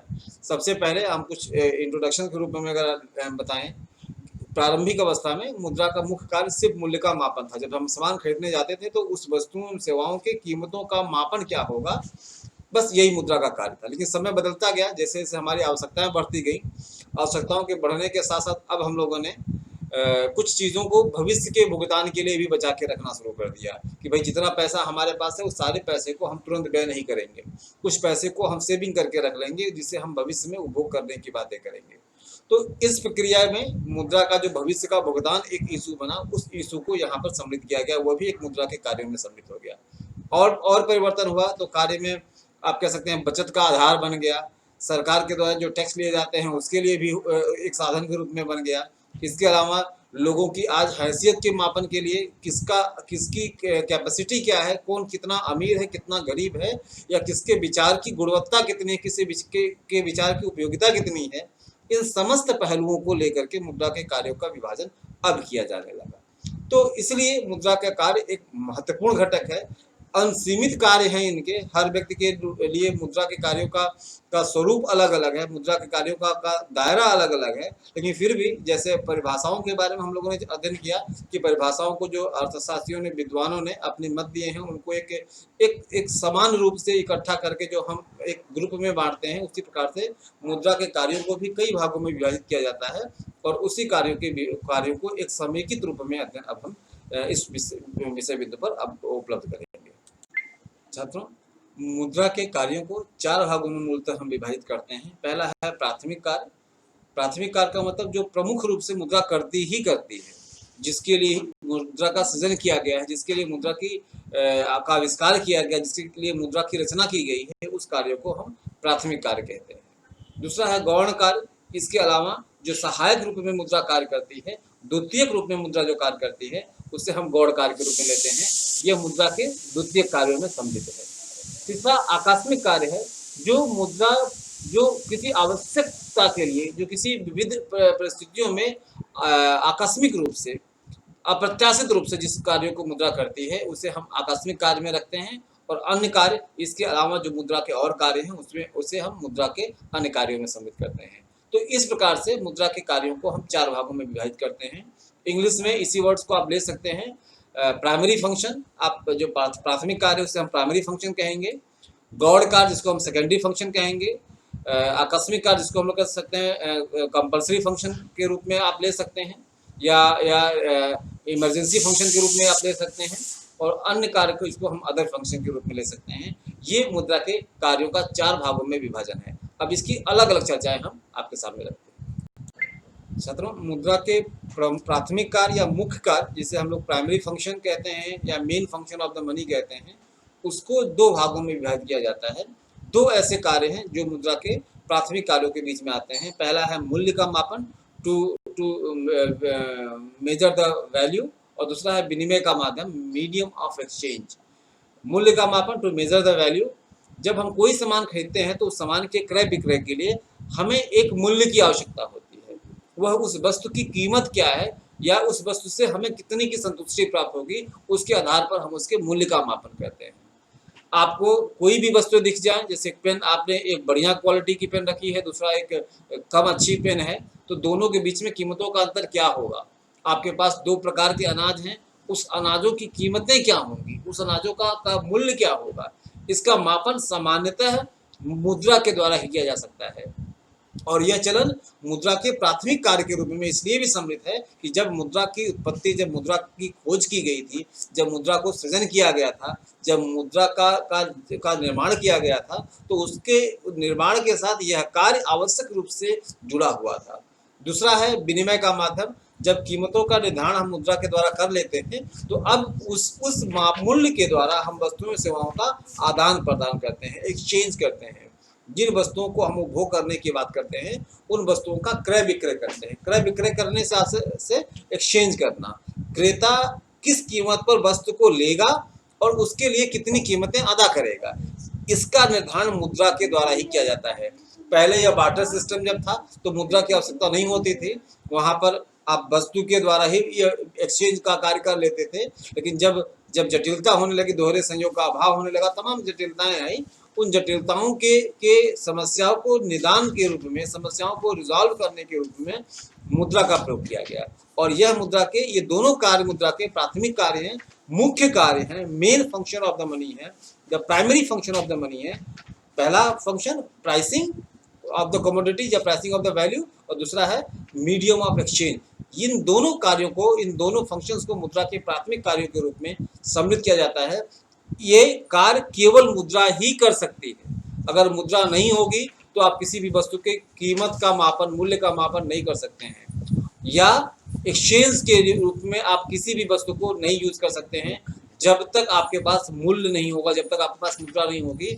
आप मुद्रा के द्वारा ही उसकी कीमतों का आकलन, उसके मूल्य का मापन, उसके एक्सचेंज का कार्य आप कर सकते हैं। तो इस रूप में हम ये कह सकते हैं कि मुद्रा का जो प्राथमिक कार्य है वो सिर्फ दो है। पहला है प्राइसिंग ऑफ द कमोडिटीज, वस्तुओं का मूल्य मापन करना, और दूसरा है मीडियम ऑफ एक्सचेंज, वस्तुओं और सेवाओं के एक्सचेंज के माध्यम के रूप में। एक्सचेंज समान सी विचारधारा है। एक्सचेंज का मतलब आदान प्रदान करना, एक वस्तु के बदले दूसरे वस्तु को लेना। यहाँ पर एक्सचेंज बाय द मनी है, एक्सचेंज बाय द रुपया है, मनी मुद्रा है।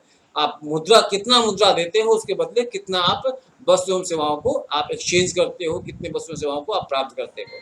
ये आपकी आवश्यकता, आपकी उपयोगिता के अकॉर्डिंग तय होता है। जो आपकी वस्तु है उसको, उसमें उसकी उपयोगिता कितनी है आपके लिए। वो हो सकता है आपके लिए अति उपयोगी हो, आप उसके लिए अधिक मूल्य दे सकते हो सकता है आपके लिए कम उपयोगी हो, आप उसके लिए कम मूल्य अदा करो। तो ये तय मुद्रा के द्वारा ही होगा कि आपके पास मुद्रा है, उस मुद्रा से वस्तु की उपयोगिता जितनी होगी उससे आप मुद्रा से मापेंगे, और उसके द्वारा ही आप उस वस्तु खरीदने का कार्य करेंगे, क्रय विक्रय का कार्य करेंगे। ये मुद्रा के प्राथमिक कार्यों में, मुद्रा के प्रमुख कार्यों में, मुद्रा के कह सकते हैं ट्रेडिशनल वर्क्स में इस बातों को सम्मिलित किया जाता है। यही मुद्रा के प्राथमिक अथवा मुद्रा के प्रमुख कार्य हैं। छात्रों, मुद्रा के दूसरे जो कार्य हैं जिसको हम सहायक कार्य, सेकेंडरी फंक्शन या गौण कार्य कहते हैं, इन कार्यों में मुद्रा को तीन भागों में, इन कार्यों को मुख्यतः तीन भागों में विभाजित किया जाता है। पहला है भावी भुगतानों का आधार, बेस ऑफ फ्यूचर पेमेंट। अब जब हम कोई चीज़ खरीदते हैं, मान लीजिए उस समय हमारे पास संपत्ति नहीं है, मुद्रा नहीं है, पैसा नहीं है, जो आज के व्यापार का मुख्य आधार है, उस समय हम करते क्या हैं, उसे उधार पर ले लेते हैं। अब अगर मुद्रा नहीं होता तो उधार की प्रक्रिया में जटिलता होती, समस्या यह पैदा होती कि आप वस्तु को क्रय कर रहे हो, किस कीमत पर क्रय कर रहे हो, और जब उसको आप वापस करोगे तो उस समय कितना वापस करोगे। क्योंकि जिन वस्तुओं को हम उपभोग करते हैं, प्रायः उपभोगित वस्तुओं को अगर देखा जाए तो उनके उत्पादन का एक समय होता है जिस समय उनकी कीमतें सबसे ज़्यादा होती हैं। उस समय उनकी बुआई का समय होता है या उनको नर्सिंग का समय होता है। और समानतः है ग्रामीण क्षेत्रों में जो लोग उधार लेते हैं उसी समय अधिकतम उधार लेने की प्रवृत्ति पाई जाती है। जैसे गांव में गेहूं को उधार लेने की एक एग्जांपल लूं तो उस समय लोग तब उधार लेंगे जब उनके पास गेहूं ना हो, और वापस कब करेंगे, जब उनके पास गेहूं का उत्पादन हो गया है। तो जब उत्पादन हो गया है उस समय बाजार में उसकी आपूर्ति ज़्यादा है, तो आपूर्ति ज़्यादा होने की अवस्था में मूल्य कम होगा। और जब उसको उधार लिया जाएगा, संभवतः बुआई के समय में अगर उधार लिया जाए तो वहाँ लगभग बहुत सारे लोगों के पास उत्पादन नहीं होगा, कुछ लोगों के पास उत्पादन होगा। और अगर यहाँ मुद्रा नहीं होगी तो वह जितना अनाज उधार लेंगे उतने ही अनाज को वापस करेंगे, और इस शर्त पर संभवतः देनदार तैयार नहीं होगा, क्योंकि उस समय उसने बचा के रखा हुआ है, उसे लाभ की प्राप्ति नहीं होगी। मुद्रा ने इस जटिलता को दूर किया है, ये मुद्रा का सहायक कार्य है। इस जटिलता को मुद्रा ने उस समय जिसकी समय वस्तुओं की शॉर्टेज है उसकी क्या कीमत है, बड़ी कीमतों पर वह डील कर लेते हैं, और जब मुद्रा की प्राप्ति होती है तो उस समय वह उस मुद्रा को या मुद्रा के रूप में अधिक संपत्ति को भुगतान कर देते हैं, अधिक अनाज को भुगतान कर देते हैं। तो यह भी मुद्रा का कार्य है जिसे सहायक कार्यों में कहा जाता है। सहायक कार्य इसका प्रमुख आधार है। दूसरा है मूल्य संचय का आधार, the base of collecting the money, collecting the value. अनाज वस्तुएं, कृषि उपयोग वस्तुएं या उपभोगत वस्तुएं की एक समय सीमा है। उस समय सीमा से अधिक समय तक उस वस्तुओं को आप प्रिजर्व करके, स्टोर करके नहीं रख सकते हैं। इस नाते नहीं रख सकते हैं क्योंकि उस समय जब आप उस समय सीमा से अधिक समय तक उस वस्तुओं को स्टोर करेंगे तो धीरे धीरे उनकी गुणवत्ता खराब हो जाती है, उनकी वस्तुएं की क्वालिटी खराब हो जाती है, उपभोग योग्य नहीं रह जाती है। लेकिन अगर उस वस्तु को के मूल्य को आप संचय करके रख लीजिए, उस वस्तु को उठा करके आप विक्रय कर दीजिए और उससे प्राप्त आय को अगर आप अपने पास संचित करके रख लीजिए तो वह आप जितने समय तक चाहें आप उसको स्टोर करके रख सकते हैं। मैं एक एग्जांपल आपके सामने रखूँ। इस समय अगर बाजार में किसी एक किसान के पास अनाज तैयार हुआ या सब्जियां तैयार हुई, क्योंकि सब्जियों का समय 3 से 4 महीने आप अधिकतम आलू जैसी सब्जियों को रख सकते हैं, और जो ग्रीन वेजिटेबल है उसे 1 या 2 दिन, अधिकतम 3 से 4 दिन रख सकते हैं। तो अब इस समय जिस किसान के पास अधिक सब्जियां हैं उस सब्जियों को वो अपने पास रखता है, क्या वो 1 महीने, 2 महीने, 6 महीने तक उसको उपभोग कर सकता है? आलू की फसल क्या वो 1 साल, 2 साल, 3 साल तक वो अतिरिक्त आलू को रख करके उपभोग कर सकता है? अनाज 3 साल, 5 साल, 10 साल क्या वो रख करके उपयोग कर सकता है? जैसे ही समय बीतता जाएगा वैसे वैसे उसमें उसके मूल्य में कमी आना शुरू हो जाती है, और इस अवस्था में मुद्रा ही वह माध्यम है जिसके द्वारा वह अपने उस अनाज को, अतिरिक्त अनाज को विक्रय कर देगा और उससे प्राप्त हुई संचित की गई मूल्य को, संचित की गई राशि को अपने पास स्टोर करके रख लेगा, जिससे वह भविष्य में अपनी आवश्यकता के लिए प्रयोग में ले आ सकता है। तो ये मुद्रा का जो सहायक कार्य है, दूसरा सहायक कार्य है संचय का आधार, टू कलेक्ट द वैल्यू, जिसके द्वारा वो आसानी से अपने अतिरिक्त को विक्रय करके, to sold their excess and collect the value of the money, अपने पास रख सकता है, जिससे भविष्य में उसे सहायता प्राप्त होती है, जिससे भविष्य में उसे अपनी आवश्यकताओं की पूर्ति के साधन के रूप में वो यूज कर सकता है। तीसरा है क्रय शक्ति का हस्तांतरण। कुछ ऐसी भी वस्तुएं हैं, कुछ ऐसी भी चीजें हैं जिनको हम क्रय विक्रय नहीं कर सकते हैं, जिनके लिए हमें मूल्य के हस्तांतरण की आवश्यकता होती है, और अगर मुद्रा नहीं है तो यह कार्य आप आसानी से पूरा नहीं कर सकते हो। जैसे मैं चर्चा करूं, ग्रामीण क्षेत्रों में आप निवास करते हो और आपको ग्रामीण क्षेत्रों से अपनी जमीन को बेच करके नगरीय क्षेत्रों में जाना है। अब आप उस गांव की संपत्ति के लिए एक ऐसा क्रेता खरीदते हो जो शहर में निवास कर रहा हो और गांव में आकर रहना चाहे, तो इसकी संभावना बहुत नगण्य मैं कह लूँ है कि कोई भी ऐसा व्यक्ति जो शहर की संपत्ति को बेचेगा और गांव में आकर रहना पसंद करेगा। और अगर वो रहना पसंद करने वाला कस्टमर मिल भी जाता है तो उसे आपकी भूमि अच्छी लगेगी, वो आपकी भूमि को खरीदने के लिए तत्पर होगा, इसकी संभावना बहुत कम है। तो इस अवस्था में आप किसी भी तरीके से वस्तु एवं सेवाओं का हस्तांतरण नहीं कर पाओगे, अपनी अस्थायी संपत्ति का हस्तांतरण नहीं कर पाओगे। मुद्रा ने इस जटिल वर्ग को आसानी से सॉल्व किया है। आप उस ग्रामीण क्षेत्र की जमीन को दूसरे को बेच करके, जो उस ग्रामीण परिप्रेक्ष्य में रहना चाहता हो, भले वो शहर से ना बिलोंग करता हो, जिसको ग्रामीण जमीन चाहिए उसको बेच करके उस मुद्रा की क्रय शक्ति को आपने अपने हाथ में कलेक्ट कर लिया, और आप बाहर जाकर, शहर में जाकर के, जिससे आपको शहर की जमीन खरीदनी है, वहां पर आप उस क्रय शक्ति का भुगतान करके वहां की संपत्ति आप क्रय कर सकते हो। तो ये एक्सचेंज ऑफ कह सकते हैं, transfer the purchasing capacity, purchasing power, यह भी मुद्रा का एक फंक्शन है जो सेकेंडरी फंक्शन के रूप में, गौण कार्य के रूप में यूज में आता है, सहायक कार्य के रूप में यूज के रूप में लेके आया जाता है। यह मुद्रा के दूसरे महत्वपूर्ण कार्यों में, जो हमारे सहायक कार्य हैं, का एक अभिन्न अंग है, जिसके रूप में हम ये कह सकते हैं कि मुद्रा का यह भी एक फंक्शन है जो मुद्रा सहायक मुद्रा के रूप में कार्य करता है। तो छात्रों, हमने क्या देखा, मुद्रा के सहायक कार्यों को, जैसे हमने मुद्रा के प्राथमिक कार्यों को 2 भागों में बांटा था, वैसे ही मुद्रा के सहायक कार्यों को मूलतः 3 भागों में बांटा जाता है। पहला पेमेंट फॉर द फ्यूचर्स, दूसरा है टू कलेक्ट द वैल्यू, और तीसरा है to transfer the purchasing capacity, purchasing power. ये 3 है। हिंदी में कह सकते हैं भावी भुगतानों का आधार।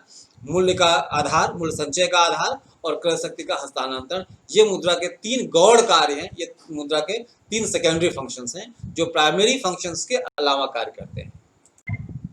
छात्रों, मुद्रा के जो तीसरे फंक्शंस हैं उसे हम आकस्मिक कार्य कहते हैं, जो आवश्यकता के अनुसार, जो विशिष्ट परिस्थितियों में मुद्रा के द्वारा प्रतिपादित किया जाता है, जो मुद्रा के द्वारा संपादित किया जाता है। इन कार्यों को मूलतः 4 भागों में विभाजित करते हैं हम। बेस ऑफ क्रेडिट, साख का आधार, आगे के वितरण में सहायक, आय के वितरण में सहायक, हेल्पफुल फॉर इनकम डिस्ट्रीब्यूशन, पूंजी के सामान्य रूप का आधार, जो कैपिटल असेट्स होती है उसके लिए the helpful for the capital building, और इसके अलावा उपभोक्ता के सम सीमांत उपयोगिता को मापने के लिए या की उपयोगिता को मापने में सहायकता के रूप में, measurement of the marginal utility of the consumer. एक एक करके मैं चर्चा करता हूँ। साख का आधार, हम जब भी किसी वस्तु एवं सेवाओं को क्रय करने के लिए जाते हैं तो उस समय हम अपनी वस्तुओं को साख के आधार पर क्रय करते हैं। अगर हमारे पास नगद मुद्रा नहीं है तो हम साख के आधार पर क्रय करते हैं। आपने सामान्यतः देखा होगा व्यक्ति के द्वारा ऋण लेते हुए, व्यक्ति की जो ऋण दे क्षमता है या ऋण लेने की क्षमता है वो डिपेंड्स करती है कि मुद्रा का कितना उसके ऊपर टर्नओवर है, कितना उसकी आय का आधार है। और आय का मापन मुद्रा के द्वारा किया जा सकता है। जब भी आप बैंक में लोन लेने जाते हैं, ऋण लेने जाते हैं, तो बैंक आपसे आपके आय और व्यय का लेखा जोखा मांगता है। ये आय और व्यय का लेखा जोखा असेट्स के रूप में नहीं, आय और व्यय का लेखा जोखा असेट्स की वैल्यू के रूप में होता है। तो इस रूप में, इस कार्य के रूप में हम कह सकते हैं कि मुद्रा एक आकस्मिक कार्य करता है। जब भी आप ऋण लोगे तो उस ऋण के रूप में मुद्रा की उपयोगिता इसमें प्रथम दृश्य होती है, मुद्रा की आवश्यकता यहाँ पड़ती है। तो ये मुद्रा का आकस्मिक कार्य है। दूसरा है आय के वितरण में सहायक।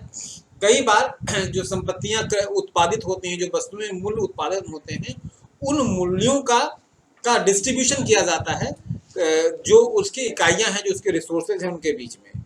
जैसे अगर किसान गेहूं पैदा कर रहा है तो गेहूं का वितरण वह अपने समस्त एंटिटी को नहीं करेगा जो गेहूं में इंगेज थी, गेहूं के उत्पादन में इंगेज थी, बल्कि उससे प्राप्त होने वाली आय के आधार पर वह निकाल लेता है कि इसमें किसकी उपयोगिता कितनी है, और उसके आधार पर उनकी मूल्य का भुगतान वो करता है।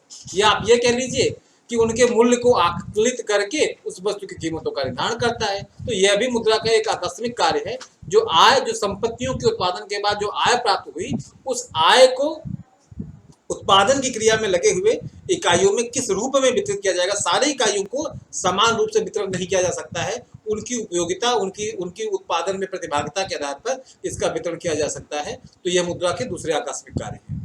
तीसरा है मुद्रा के सामान्य रूप, पूंजी के समान रूप में आधार जो है। आपकी असेट्स कितनी है, आपकी कैपिटल कितनी है, ये डिपेंड्स करती है आपके द्वारा क्रय की गई कैपिटल की प्राइसेस क्या है, क्रय की गई कैपिटल्स की प्राइसेस क्या है। इसके आधार पर भी मुद्रा का एक कार्य मापन किया जाता है, मुद्रा के कार्य का मापन होता है। जिस फर्म की कैपिटल ज़्यादा होगी, वैल्यूएबल ज़्यादा होगी, दिखने में नहीं, उनका मूल्य क्या होगा, तो उसके आधार पर आप पूंजियों का निर्माण करते हैं, पूंजियों का असेसमेंट करते हैं, पूंजियों का मापन करते हैं। यह भी मुद्रा के आवश्यक कार्यों में से एक हिस्सा है, जो आकस्मिक मुद्रा के आकस्मिक कार्यों का एक हिस्सा है, जिसे हम मुद्रा के फंक्शन में सम्मिलित करते हैं। और छात्रों, जो अंतिम इकाई है मुद्रा के आकस्मिक कार्य की, अंतिम जो आकस्मिक कार्य मुद्रा के द्वारा संपादित किया जाता है, वो उपभोक्ता के सम सीमांत उपयोगिता प्राप्त करने में सहायक है। सम सीमांत उपयोगिता आपको माइक्रो इकोनॉमिक्स की इकाइयों में पढ़ाया गया होगा। मार्जिनल यूटिलिटी या इक्वी मार्जिनल यूटिलिटी, इन दोनों के बारे में अध्ययन किया होगा आप लोगों ने। किसी वस्तु के एक इकाई से जो प्राप्त उपयोगिता है उसको सीमांत उपयोगिता कहते हैं। और सम सीमांत उपयोगिता जब दो वस्तुओं के समान उपयोगिता का हम मापन करते हैं। दो वस्तुओं में के विकल्प का चयन हम वहां करेंगे जहां पर दोनों वस्तु से प्राप्त होने वाली उपयोगिता हमें समान रूप से मिलेगी। तो ये जो उपयोगिता है, इसका मापन किस आधार पर किया जाएगा। उस सिद्धांत में भी कहा गया था कि उपयोगिता मापनीय है जिसे मुद्रा रूपी पैमाने से मापा जा सकता है। तो वो पैमाना यही है कि मुद्रा के द्वारा ही उपयोगिता का मापन किया जाता है। ये मुद्रा का आकस्मिक कार्य है। उपभोक्ता किस वस्तु की कितनी इकाई उपभोग करेगा, यह उसकी मार्जिनल यूटिलिटी पर या इक्वी मार्जिनल यूटिलिटी के ऊपर डिपेंड करता है। और इस इक्वी मार्जिनल यूटिलिटी के मेजरमेंट का आधार, मापन का आधार मुद्रा है। ये मुद्रा का चौथा आकस्मिक कार्य है। तो यहाँ हमने देखा मुद्रा के द्वारा जो तीसरा उसके कार्य फंक्शंस का जो ग्रुप बनाया गया है उसमें 4 प्रमुख कार्य हैं। पहला है बेस ऑफ क्रेडिट्स, साख का आधार। दूसरा है आय के वितरण में सहायक, helpful for the income distribution. और तीसरा है पूंजी के समान रूप का आधार, आप कह सकते हैं बेस ऑफ कैपिटल असेसमेंट आप कह सकते हैं। और चौथा आपका है कि उपभोक्ता को सम सीमांत उपयोगिता प्राप्त करने में सहायक, to helpful for the equi marginal utility या measurement of the equi marginal utility of consumer. ये मुद्रा के 4 आकस्मिक कार्य हैं जो मुद्रा इनके लिए नहीं बनाए हैं, लेकिन ये भी कार्य आवश्यकता पड़ने पर विशिष्ट परिस्थितियों में, जब आप उपभोग करने जा रहे हैं 2 वस्तु का विकल्प आपके पास है तो किसका चयन करोगे, या 2 वस्तुओं की लगातार इकाइयों का उपभोग करना है तो कितनी इकाइयों तक का चयन करोगे। 2 कंपनियां बगल बगल में है, किस कंपनी को आप बड़ी कंपनी मानोगे। उत्पादन में लगी हुई इकाइयां हैं तो उस इकाइयों में किसको कितना भुगतान करोगे, या आप किसी से उधार लेते हो तो उधार आपको कितना दिया जाएगा, आपको कितने ऋण दिए जाएंगे। इन समस्त चीज, ये आकस्मिक कार्य हैं, इन समस्त चीजों के कार्य का संपादन भी मुद्रा के द्वारा किया जाता है। तो ये मुद्रा के कार्यों में आकस्मिक कार्यों के रूप में इनको सम्मिलित किया जा सकता है। छात्रों, मुद्रा के जो अन्य कार्य हैं उन कार्यों को 3 भागों में मैं यहाँ एक्सप्लेन कर रहा हूँ। यद्यपि बहुत सारे विद्वानों ने इसे कई अलग अलग रूपों में एक्सप्लेन किया है, लेकिन समावेश करके अगर उसको नटसेल में मैं रखने की बातें करूँ तो मूलतः वह 3 ग्रुप हैं जिनमें इनको रखा जा सकता है। पहला ग्रुप है इच्छा का वहन करना, दूसरा है तरल संपत्ति का रूप, और तीसरा है भुगतान क्षमता का सूचक। मैं पहले चर्चा करता हूँ the bearer of intensity. Bearer of intensity means जब हम 2 वस्तुओं को क्रय करते हैं उसमें से एक वस्तु के प्रति हमारी इच्छा प्रबल होती है, और वही प्रबलता जो इंटेंसिटी ऑफ डिजायर है वो उसके मूल्य का निर्धारण करती है। आपको 2 वस्तुएं दी जाएं और ये कह दिया जाए कि किस वस्तु की कितनी प्रबलता है, तो जितना उस वस्तु की प्रबलता होगी उसका मूल्य उतना बढ़ता हुआ चला जाएगा। आपने माइक्रो इकोनॉमिक्स में पढ़ा है परचेज टू इंटेंसिटी टू पे, कितना आप भुगतान करने के लिए तत्पर हो। ये उसी मापन के बारे में चर्चा करता है। जब आप वस्तु क्रय करते हो तो इंटेंसिटी डिपेंड्स करती है उस वस्तु की कितनी उस पर आपकी तत्परता है। हो सकता है एक वस्तु आपके लिए ज्यादा इंटेंसिव, आप उसके लिए उसके समान कीमतों से अधिक देने के लिए तैयार हो जाओ। हो सकता है उस वस्तु के लिए मेरी इच्छा ना हो और मैं उसके लिए शून्य मूल्य देने के लिए तैयार हूँ। तो या जब एक व्यक्ति अपने वस्तु को दूसरे व्यक्ति को देता है तो वह वस्तु तो वही है, लेकिन उसकी जो विक्रय करता है उसकी इंटेंसिटी नहीं है, वहाँ इंटेंसिटी कम है in the comparison of other commodities. तो इस नाते वो उसका मूल्य कम उसके लिए है, और जो क्रय करता है उसकी इंटेंसिटी ज्यादा है, इस नाते उसका मूल्य ज्यादा है। तो ये इंटेंसिटी, या हम कह सकते हैं कि उस वस्तु की मांग की प्रवृत्ति कितनी है, मांग की चाह कितनी है, मांग की प्रबलता कितनी है, इसका मापन मुद्रा के द्वारा किया जा सकता है। ये सामान्यतः कंपैरिजन ऑफ 2 कमोडिटीज के रूप में हम यूज करते हैं इसको। 2 वस्तुओं के आपस में जब तुलनात्मक अध्ययन करते हैं तो उसके आधार के रूप में यूज करते हैं। ये मुद्रा के अन्य कार्यों की पहली इकाई है। अगली बात होती है तरल संपत्ति का रूप। अगर संपत्ति के बारे में चर्चा किया जाए तो छात्रों, सोने, चांदी, जमीन, असेट्स जो हैं ये सारी चीजें आपके तरल संपत्ति के रूप हैं, किंतु इन संपत्ति के रूप को आप क्रय विक्रय के रूप में प्रयोग नहीं ले सकते। वस्तुओं और सेवाओं को खरीदने के लिए इसमें आप चलन में नहीं ला सकते हो। आप जब भी लाने की बात करोगे तो आपके लिए तरल मुद्रा चाहिए। इसी नाते आप मनी को, जो मनी फॉर्म्स है, वह एक तरल मुद्रा के रूप में ही चलन में आता है, और वह तरल संपत्ति को ही सामान्यतः जो बोलचाल की भाषा है, जो सामान्यतः उपयोग की भाषा है, मुद्रा कहा जाता है। आपकी संपत्ति भी आपकी मुद्रा है। आपकी असेट्स, जैसे किसान के लिए जो अनाज है वह भी उसकी मुद्रा है, लेकिन उस अनाज से वो सामान नहीं खरीद सकता है। इसीलिए आज के चलन की बोलचाल की भाषा में उस अनाज को मुद्रा के रूप में नहीं वर्णन किया जाता है। अब अगर उस अनाज को विक्रय करके वो कुछ संपत्ति का क्रय कर लेता है, कुछ का क्रय कर लेता है, तो उस मुद्राओं के जो क्रय करने से जो उसको आय प्राप्त होती है, उसे हम, वो जो लिक्विड है उसे हम मुद्रा कह देते हैं। तो ये मुद्रा का अतिरिक्त कार्य है, चूंकि तरल मुद्रा के द्वारा आप अपनी मैक्सिमम आवश्यकता को सहजता से पूरी कर सकते हो। Easily to consume the commodities, easify to consume the commodities और फुलफिल द डिजायर। तो ये मुद्रा का जो है अन्य कार्यों में दूसरी इकाई है। और तीसरा जो अहम इकाई है उसे हम कहते हैं भुगतान क्षमता का सूचक, या आप कह सकते हैं the indications of paying capacity, हम किसी वस्तु को अगर क्रय कर रहे हैं तो उस वस्तु को क्रय करने की हमारी हमारी कैपेसिटी कितनी है। तो कैपेसिटी मीन्स आपकी लिक्विडिटी या आपकी असेट्स, उसका मूल्य आप मापन मुद्रा के रूप में ही करते हो। जब भी कोई क्रेता कोई विक्रेता वस्तु सेवाओं को क्रय करने की बात करता है तो वह उसके लिए अपनी भुगतान क्षमता के बारे में असेस करता है, और ये मुद्रा के द्वारा ही चलन में लाया जा सकता है, मुद्रा के द्वारा ही मापा जा सकता है। जैसे मैंने अभी इसके पहली इकाई में चर्चा की आपके साथ कि इच्छा का वहन या इंटेंसिटी का मापन करना। तो इंटेंसिटी जितनी होगी, इंटेंसिटी तो उस वस्तु की, चाहे उस वस्तु से प्राप्त होने वाली सेटिस्फैक्शन की बात करता है, लेकिन उस वस्तु के लिए किस हद तक उपभोक्ता विक्रय करना चाहेगा, कितना देना चाहेगा, कितना भुगतान करना चाहेगा, ये डिपेंड्स करता है उस व्यक्ति के पास कैपेसिटी टू पे और इंटेंसिटी ऑफ वांट्स, इन दोनों के आधार पर। तो कैपेसिटी टू पे और intensity to wants both are measured by the money. If a consumer want a specific commodities, wants we can say precious commodities, it will depends over their paying capacity, और वो paying capacity केवल मुद्रा के रूप में मापा जाता है। बहुत चलन में सुना होगा आप लोगों ने, नीलामी हुआ तो किसी एक क्रिकेटर्स का जो टी शर्ट है या बैट्स है, इस प्रेस्टिजियस इकाई के रूप में अरबों खरबों रुपए उसके मिल जाते हैं। या मोदी जी ने जिस पहले कपड़े को पहना था, जिस पहले कोट को पहना था ओबामा जी के साथ, उसकी कीमतों के बारे में चर्चा हो, या ऐसे जो भी वस्तु हैं उसका मूल्य क्या है, उसके लिए क्रेता कितना भुगतान करने के लिए तत्पर है। या एंटीक सिनरीज के बारे में सुना होगा आपने, एंटीक स्टैम्प्स के बारे में सुना होगा, तो उसके लिए कोई विक्रेता कितना देना चाहता है, ये डिपेंड्स करता है उसकी पेइंग कैपेसिटी कितनी होगी, और उसकी पेइंग कैपेसिटी का मापन केवल मुद्रा के द्वारा किया जा सकता है, केवल मुद्रा रूप से ही किया जा सकता है।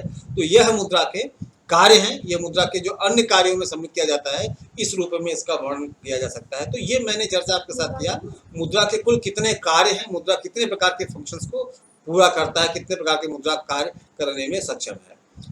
आई होप ये पूरा का पूरा मुद्रा का डेफिनेशन और मुद्रा के फंक्शन की इकाई आप तक समझ में आई होगी। इसके बाद मुद्रा जिन कार्यों को संपादित करता है उस कार्यों का अलग एक विवरण हम अलग लेक्चर में उपलब्ध कराएंगे। तब तक के लिए इस लेक्चर से आपको जो भी क्वेरीज हो आप मुझे शेयर कर सकते हैं। धन्यवाद।